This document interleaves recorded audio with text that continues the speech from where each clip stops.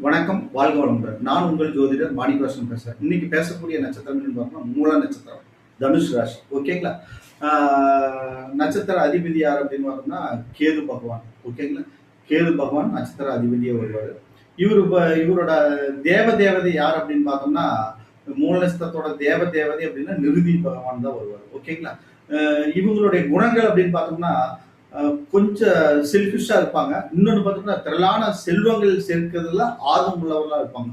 ஓகேங்களா? ஒ ஒரு பார்த்தோம்னா, சுயநலவாதிகளாக இருந்து சொத்து சேர்ப்பாங்க. ஓகேங்களா? அந்த அளவுக்கு ஒரு சொத்து சேர்ப்பதில வல்லவர்களாக இருப்பாங்க. திறமை உள்ளவர்களாக இருப்பாங்க. ஓகேங்களா?